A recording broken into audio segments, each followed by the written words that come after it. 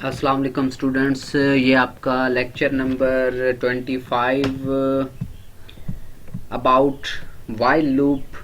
हमने for loop के बारे में पढ़ा था। फॉर लूप्स क्या होते हैं कि उसमें हमें पता होता है कि कितने नंबर ऑफ टाइम्स इस कोड ने रिपीट होना होता है। ठीक है, the number of repetition is known before loop starts, कि जब लूप स्टार्ट हो रहा है उससे पहले हमें पता है कि कितने नंबर ऑफ टाइम्स इस लूप ने चलना है। जैसा कि हम इसमें देख सकते हैं कि लेट्स से आपके पास फॉर लूप है।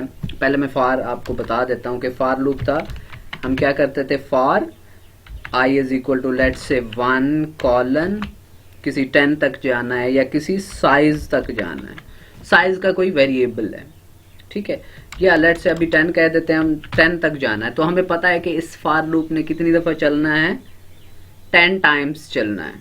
ठीक है, इसलिए हम कहते थे कि number of repetition for loop में क्या होती हैं हमें पता होती हैं। ठीक है, लेकिन जो वाइल लूप है इसमें जो बात है, ये जो कोड रिपीट होना होता है इसमें वाइल लूप में, वो infinite number of times repeat होना होता है until user specified condition is satisfied। यहां तक के यूजर की जो कंडीशन उसने दी हुई है वो सेटिस्फाई हो जाए।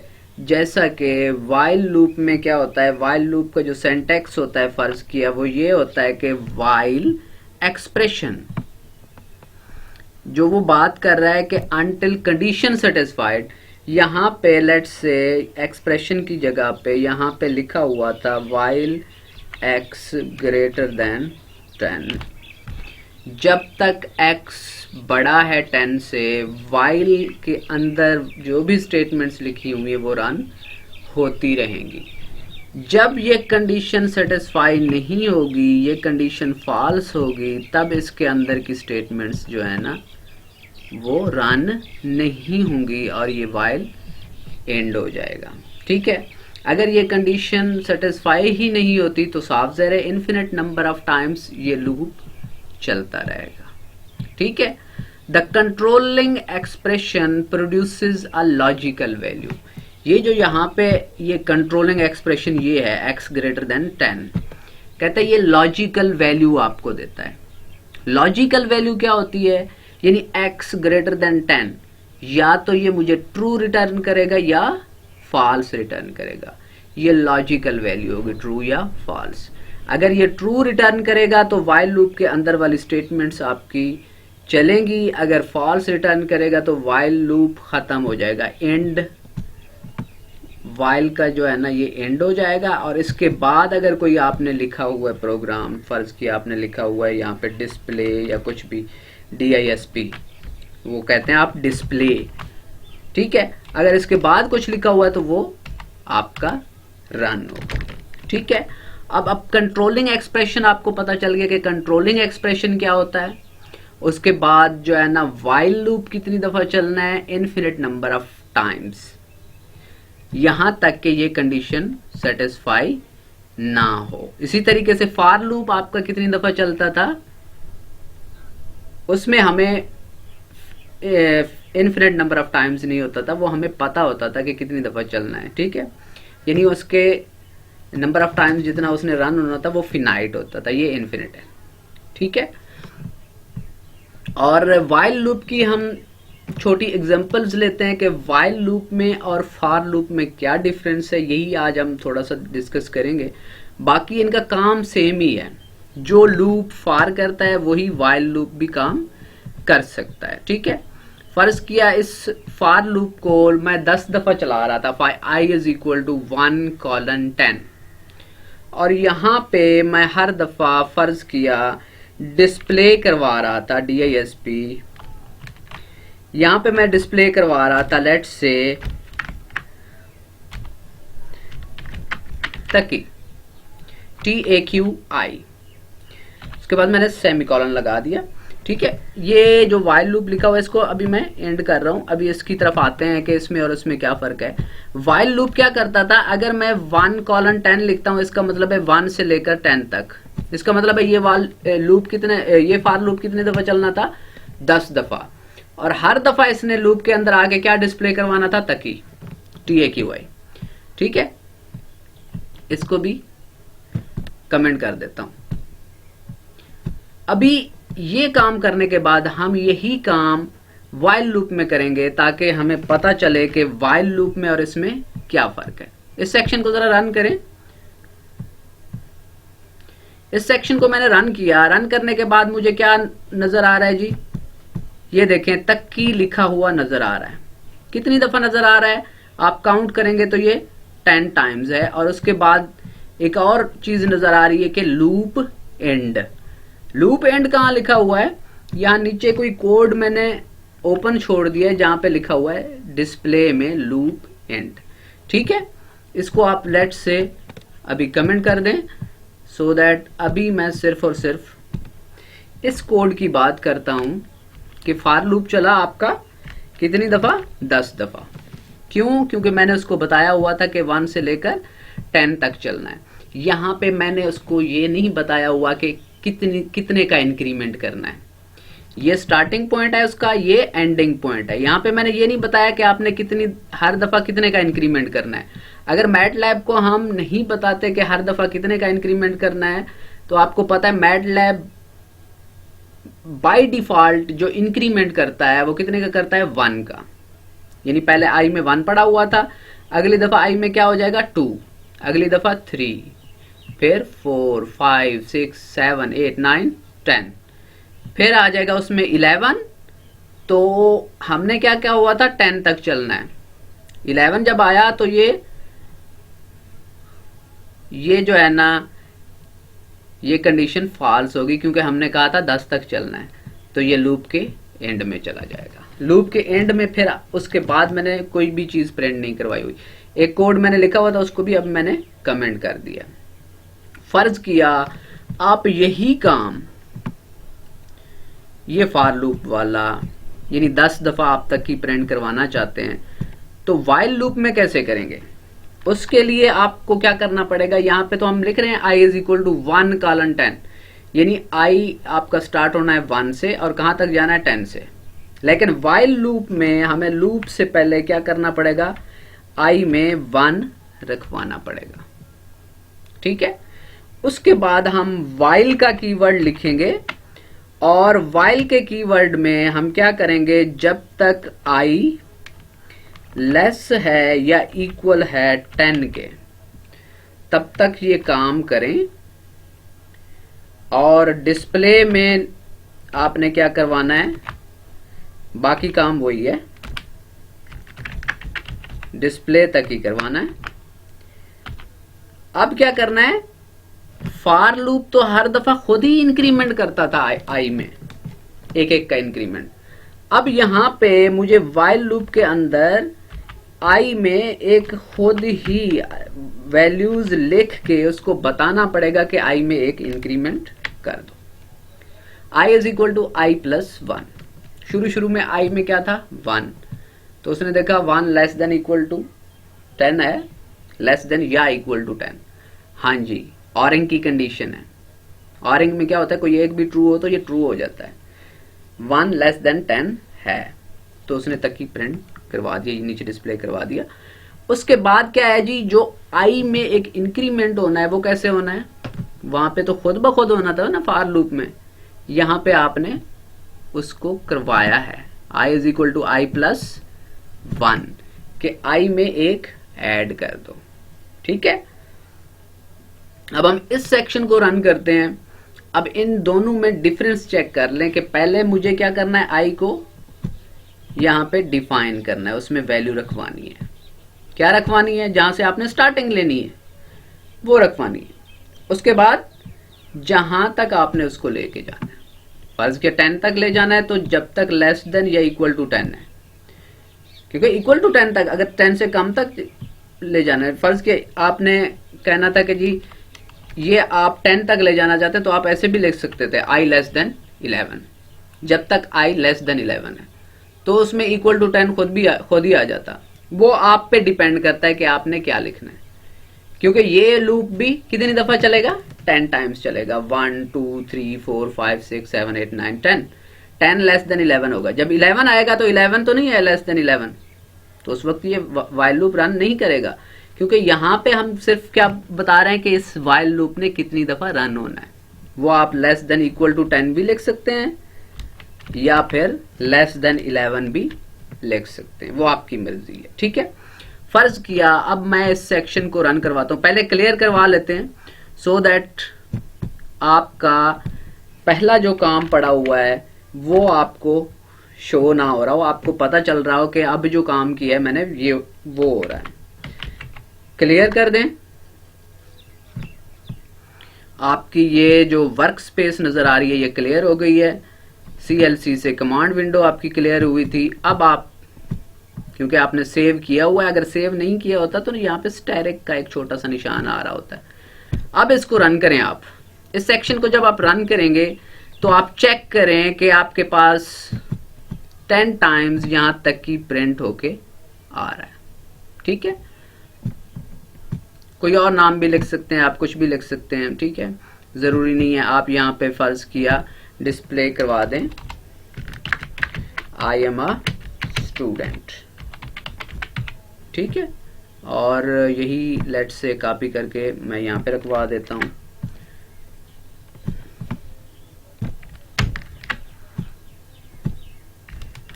सेव करवा दें कंट्रोल S से और इस सेक्शन को रन करें। आप चेक करें कि क्या नजर आ रहा है। आई एम अ स्टूडेंट वो कितनी दफा 10 टाइम्स नजर आ रहा होगा। ठीक है, I am a student, I am a student 3 4 5 6 7 8 9 10 दफा आपको शो हो जाएगा। ठीक है, ये कितनी दफा हो रहा है? 10 टाइम्स। अब एक ही काम कर रहे हैं आपने, वाइल लूप में वो कैसे करना है और फॉर लूप में कैसे करना है, आपको ये डिफरेंस अभी तक जो है ना पता चला है। सिर्फ और सिर्फ क्या कर रहे होते हैं हम, वाइल लूप में क्या कर रहे होते हैं हम, वाइल के अंदर जो आई में इंक्रीमेंट करना है, हर दफा जो भी उसमें इंक्रीमेंट करना है वो वाइल के अंदर कर रहे होते हैं। जबकि फॉर लूप में हम यहाँ पे स्टार्टिंग और फिर जितने का इंक्रीमेंट करना है कॉलन के बाद यहाँ पे इंक्रीमेंट देते हैं। फर्ज कि आप 1 का इंक्रीमेंट करना चाहते हैं तो 1 लिख सकते हैं अगर लिखना चाहते हैं, अगर नहीं लिखते तो वो बाय डिफॉल्ट 1 ही करता है इंक्रीमेंट। ठीक है, अगर आपने 1 के अलावा कुछ इंक्रीमेंट करना है तो वहां कॉलन लगा के आप यहाँ पे इंक्रीमेंट वो लिख सकते हैं। ठीक है,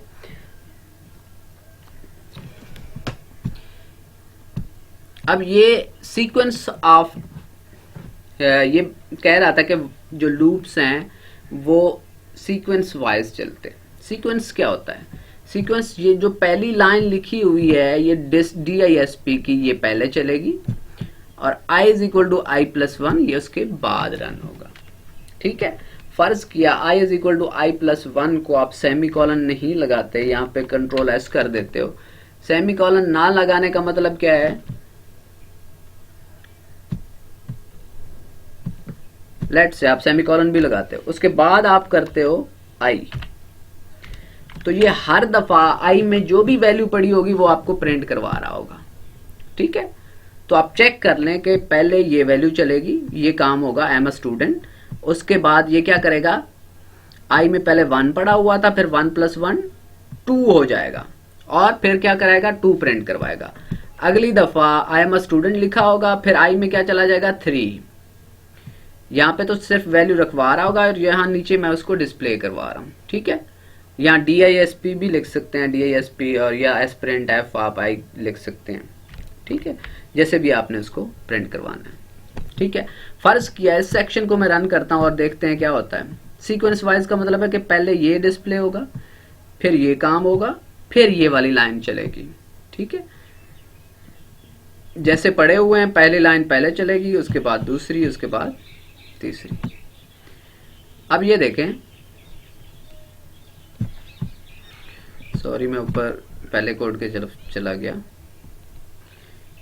ये जी आई एम अ स्टूडेंट पहली दफा लिखा उसने और आई में उसने 2 रखवाया है। क्यों? क्योंकि पहले आई में 1 पहले से ही पड़ा हुआ था। अब मैंने क्या किया, आई में एक और इंक्रीमेंट करने के बाद आई को प्रिंट करवाया।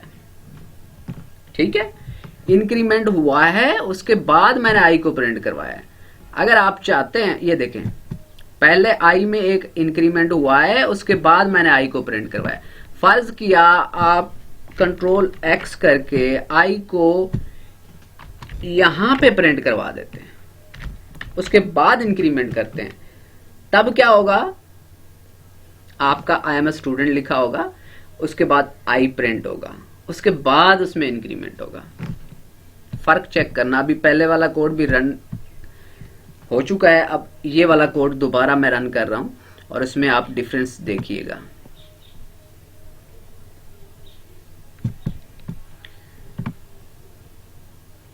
इसमें क्या था पहले वाले कोड में कि आपने लिखा आई एम अ स्टूडेंट, ये आ गया जी, आई एम अ स्टूडेंट, उसके बाद आई इज इक्वल टू 2।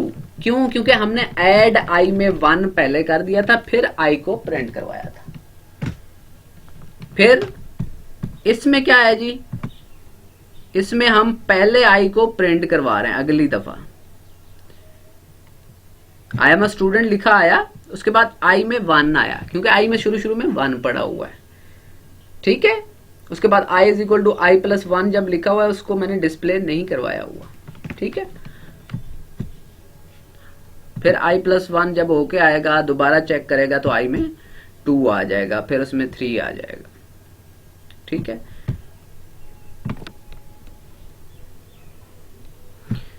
फर्क ये है कि जब यहां पे आएगा आई एम अ स्टूडेंट, आई में क्या पड़ा होगा, शुरू में 1, उसके बाद आई में 1 प्लस 1 क्या हो जाएगा 2। इस कंडीशन को चेक करेगा, आई एम अ स्टूडेंट लिखेगा और फिर 2 लिखेगा, ठीक है। और फिर आई एम अ स्टूडेंट तीसरी दफा लिखेगा और यहाँ पे 3 रखवा देगा आई की जगह पे, ठीक है। ये काम कर रहा होगा। अगर आप आई को यहां पे नहीं रखवा रहे होते तो फिर क्या कर रहा होता है, पहले ऐड कर रहा होता है, फिर आई को डिस्प्ले करवा रहा होता है, ठीक है। पहले क्या कर रहा है, आई में एक इंक्रीमेंट, आई में पहले क्या पड़ा हुआ है 1 प्लस 1 2। शुरू में जैसे ही आएगा आई एम अ स्टूडेंट, उसके बाद आई इज इक्वल टू 2 आ रहा होगा, क्योंकि एक इंक्रीमेंट हो चुका है। फिर लिखेगा आई एम अ स्टूडेंट और आई में एक और इंक्रीमेंट हो चुका होगा 3, ठीक है। इसी तरीके से फिर आएगा तीसरी दफा आई एम अ स्टूडेंट और आई में 4। इसी तरीके से जब 10वीं दफा आएगा आई एम अ स्टूडेंट और आई में क्या चला जाएगा उस वक्त 11। उसके बाद आई एम अ स्टूडेंट को प्रिंट करने नहीं जाएगा, क्योंकि ये कंडीशन फॉल्स हो जाएगी, तब आई लेस देन इक्वल नहीं होगा 10 से, ठीक है।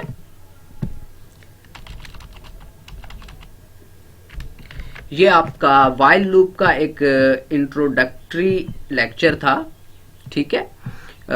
होप के आप लोगों को इसके बारे में जो है ना सारी चीजें समझ आई होंगी।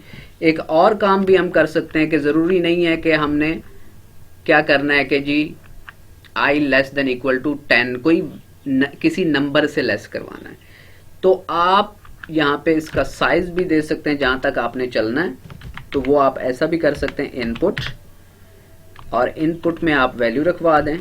फर्ज किया जैसे हम फॉर लूप में करते हैं, इनपुट इंटर, या लिखें हाउ मैनी टाइम्स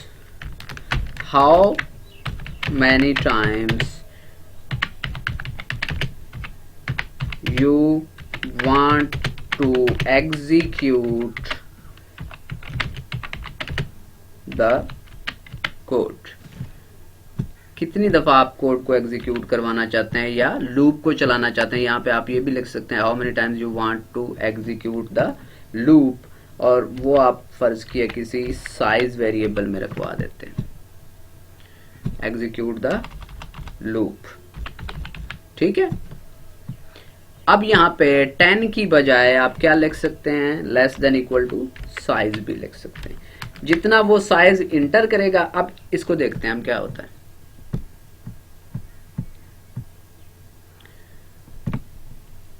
अब इनपुट लेगा मुझसे कि कितना साइज रखवाना है। फर्ज किया आप यहाँ पे 6 साइज रखते हो, ठीक है। 6 साइज है तो क्या होगा, 6 दफा चलेगा ये आपका लूप। ये देखिए I am a student I am a student, I am a student, I am a student. कितनी दफा है? 6 दफा। ठीक है, जरूरी नहीं है कि आपने नंबर्स किसी नंबर तक ले जाना है, आप वो नंबर साइज में भी ले सकते हैं। और ऐसा करना कि इनपुट लेके उससे पूछें कि आपने कितनी दफा इस लूप को चलाना है, ये काम ज्यादा बेस्ट है। क्यों? क्योंकि हर यूजर की अपनी एक डिमांड होती है। फर्ज किया वो 100 टाइम्स इसको रन करवाना चाहता है लूप को, तो वो अपनी मर्जी से करवाए। ठीक है, अगर आपने उसको 10 करवा दिया है, आप कहते हो आई लेस देन इक्वल टू 10, तो अगर कोई बंदा आता है कहता है मैंने 9 दफा चलाना है इसको, तो उसके लिए आपको दोबारा फॉर लूप लिखना पड़ेगा। इस चीज से बचने के लिए आप साइज को क्या करते हो? वेरी करवा देते हो। आप कहते हो कि यूजर की मर्जी का हो, यूजर जिस साइज का इस लूप रखवाना चाहता है वो रखवा सकता है। ठीक है, ये वाइल लूप का एक इंट्रोडक्टरी लेक्चर था। होप कि आप लोगों को ये समझ आया होगा। ओके, अल्लाह हाफिज।